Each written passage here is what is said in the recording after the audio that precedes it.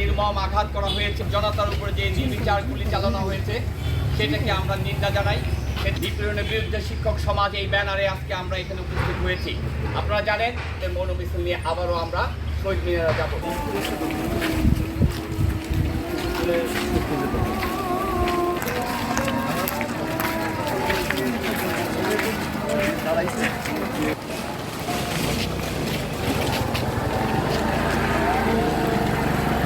আমাদের এই 24-এর প্রজন্ম কি করছে, যে জেনারেশন জি কি করছে দেখেন, ভাষা পাল্টে দিচ্ছে।